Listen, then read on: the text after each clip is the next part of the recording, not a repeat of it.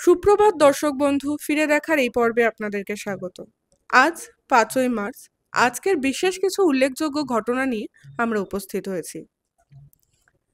আজকের দিনেই অর্থাৎ 5ই মার্চ 1833 সালে অবিভক্ত ভারতের ইতিহাসে একটি মাইলফলক সৃষ্টি হয়। কাদম্বিনী গাঙ্গুলি এবং চন্দ্রমুখী বসু দুই নারী প্রথমবারের মতো স্নাতক ডিগ্রি লাভ করেন।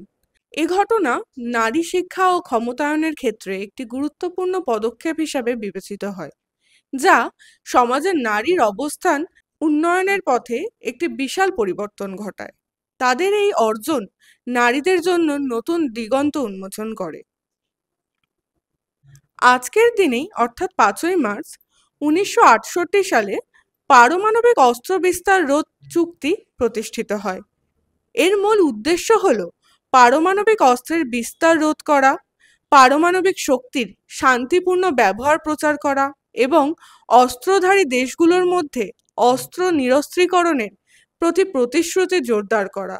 এই চুক্তিতে 190টিরও বেশি দেশ স্বাক্ষরিত, যা বিশ্বের পারমাণবিক নিরাপত্তা নিশ্চিত করতে গুরুত্বপূর্ণ ভূমিকা পালন করছে।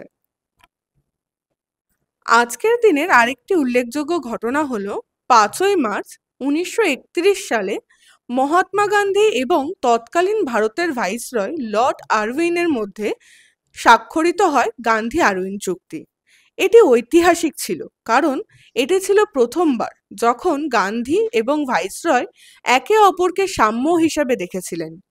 চুক্তির মাধ্যমে সোনালী লবণ আইন প্রত্যাহার, রাজনৈতিক বন্দীদের মুক্তি এবং ভারতীয় জাতীয় কংগ্রেসকে বৈধতা দেয়া হয়, যা ভারতীয় স্বাধীনতা আন্দোলনে গুরুত্বপূর্ণ পদক্ষেপ ছিল।